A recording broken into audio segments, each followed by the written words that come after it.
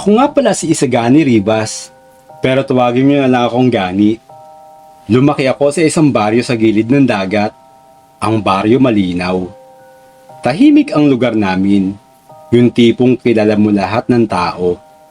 Malapit din kami sa kabundukan. Halos lahat ng mga kabahayan ay yari pa sa kahoy at pawid. Para sa iba, maaaring mukhang paraiso ang lugar namin.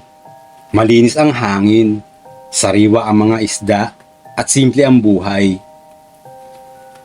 Ang mga Ribas, ang pamilya ko, kilala bilang mga mangingisda at tagapagtanim ng nyog. Mula sa lolo kong si Abelardo hanggang sa tatay ko, lahat kami ay dumaan sa parehong hanap buhay. Simula pa noon, ang mga matatanda, lalo na si Lolo Abelardo, palagi nagsasabing huwag masyadong abusuhin ng dagat. Sabi pa niya, igalang mo ang mga bagay kahit hindi mo nakikita. Ang dagat daw ay hindi lamang tirahan ng mga isda. May mga nilalang na naninirahan sa ilalim nito. May mga nilalang na hindi dapat gambalahin. Noong bata pa ako, masaya ang kabataan ko. Lagi akong nasa dalampasigan, kasama ang mga kapatid ko, sina Criselda at Dodoy. Mahilig kaming maghabulan, magtampisaw sa mababaw na tubig, at maglaro ng buhangin. Pero iba ang nararamdaman ko tuwing mag-isa akong nasa dagat, para bang may nakabantay sa akin. Pinakamatinding nangyari sa akin noon ay nang 7 taong gulang pa lang ako. Nakasakay ako sa bangka ng tatay ko at may nakita akong tao sa ilalim ng tubig. Isang babae. Pero bakit nandun siya? Nakatingin lang siya sa akin. Nang subukan kong lumapit, bigla siyang sumisid pa ilalim. Mula noon, natakot na akong lumangoy sa malalim na bahagi. Hindi ko iyon kailanman sinabi sa mga kaibigan ko dahil sigurado akong pagtatawanan lang nila ako. Sino bang maniniwala sa batang nag-aakalang may sirena sa ilalim ng dagat? Hindi na iyon nawala sa isipan ko. Habang lumalaki ako, natutunan ko ang trabaho ng pamilya, pangingisda sa umaga, pag-aasikaso ng mga nyog sa hapon. Pero sa tuwing tinitigan ko ang malalim na parte ng dagat, may takot pa rin akong nararamdaman. Para bang tinatawag ako nito, hinihila papalapit. Hindi ko na lang ito pinansin. Inisip na baka imahinasyon ko lang yon. Maaaring bunga ito ng mga kwento ni Lolo Abelardo tungkol sa mga sirena. Noon ko nakilala si Lina, bagong salta sa aming baryo. Napansin ko siya habang naglalakad ako sa baybayin. Mayroon siya ng kakaibang ganda, mahabang itim na buhok at makinis na balat, na para bang hindi taga-probinsya. Agad kami naging magkaibigan. Tuwing hapon, nagkikita kami ni Lina sa dalampasigan. Tumatakbo kami sa buhanginan, nagkukwentuhan ng walang katapusan, at minsan ay nakaupo lang sa ilalim ng puno ng nyog habang pinapanood ang paglubog ng araw. Siya ang naging pinakamatalik kong kaibigan.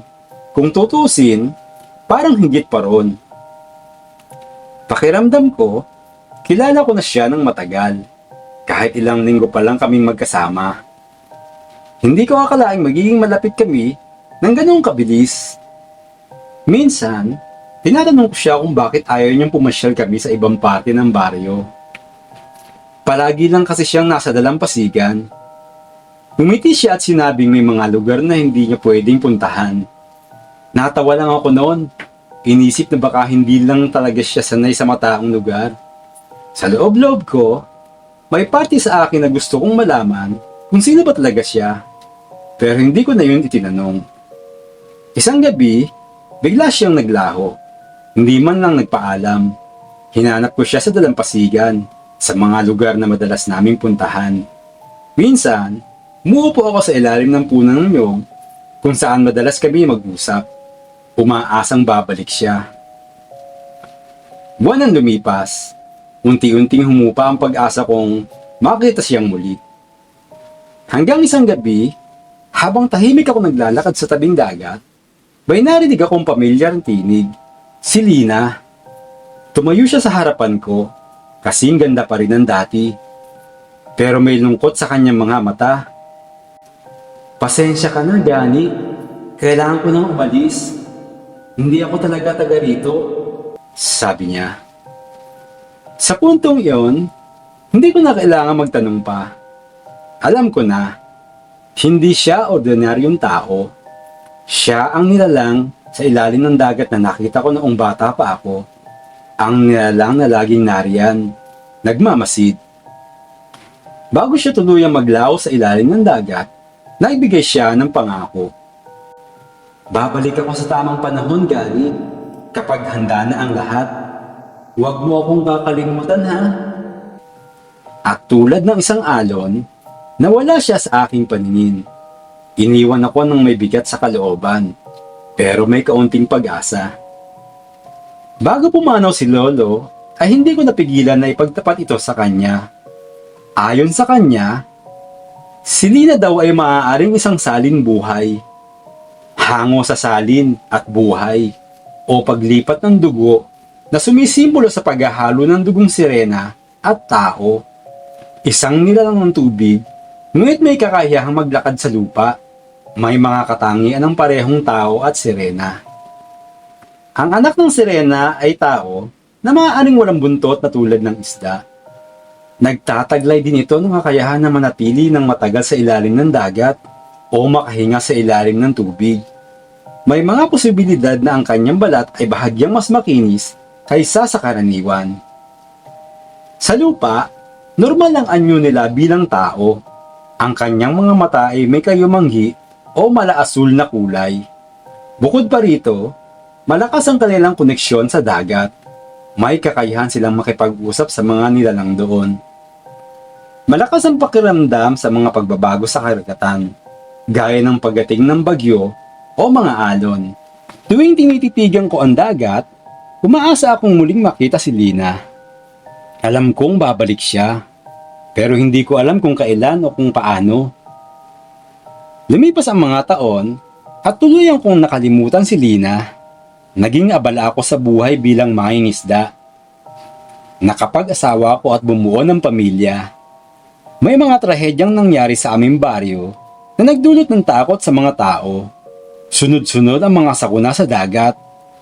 May mga kamag-anak at kaibigan ako na nalunod o nawala sa ilalim ng tubig.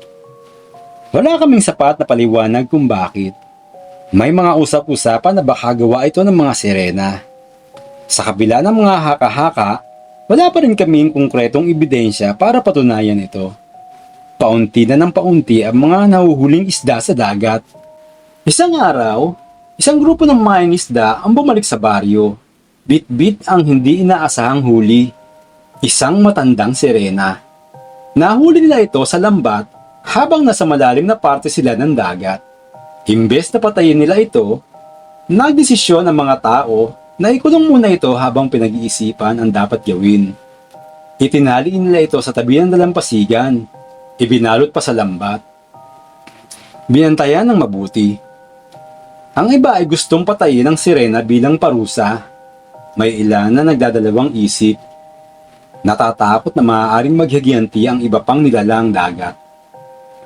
Kinagabihan noon, may isang pamilyar na figura ang lumitaw mula sa dilim.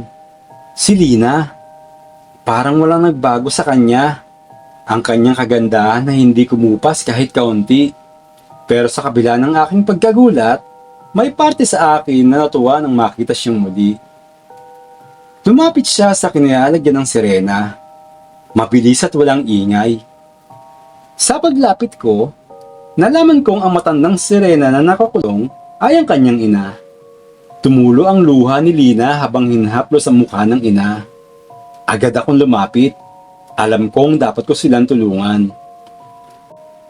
Wala nang oras, Gani. Kailangan na yung makaalis dito bago pa mahuli ang lahat. Sabi ni Lina habang umiiyak. Hindi ko kayang pabayaan si Lina at ang kanyang ina. Kinalag ko ang mga tali nito. Si Lina naman ay nagmamadaling gumawa ng butas sa lambat. Tumulong ako sa pagtakas nila.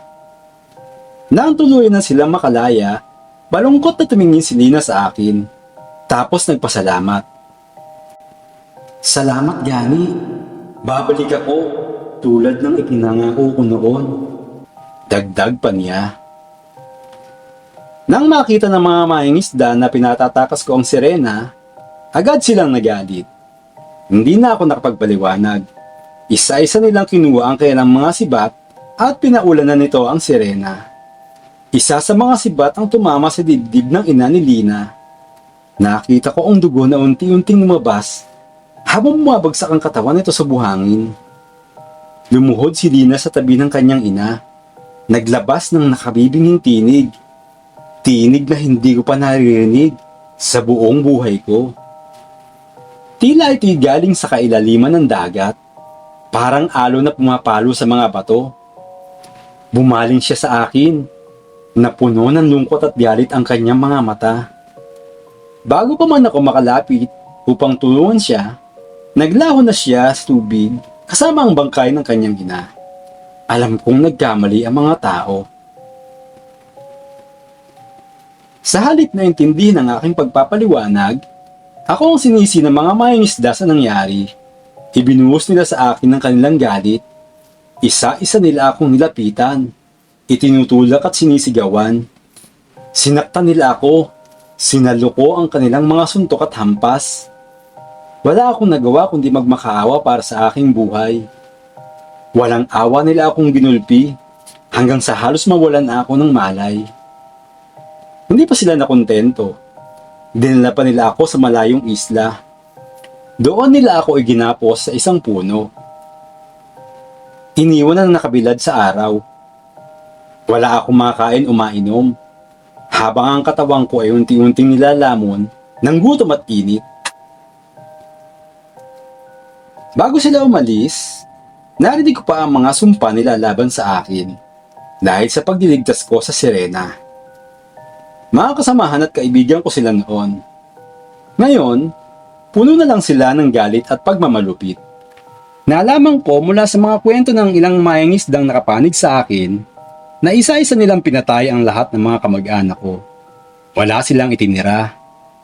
Kasama na ang aking magulang at kapatid. Ang pinakamasakit sa lahat ay ang ginawa nila sa aking asawa. Ibinunto nila ang kanilang galit sa kanya. Sobra akong nagdalamhati sa kanyang sinapit. Ang aking mga anak, hindi rin nakaligtas. Isang anak ko ang ibinaon ng buhay sa buhangin. Ang isa naman ay pinugutan pa ng ulo bago itapon sa dagat.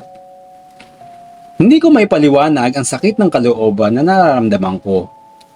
Ang pagdurusa ko sa ilalim ng init ng araw ay baliwala nang malaman ko na wala na ang aking pamilya. Ilang araw din ako naghirap sa lugar na iyon.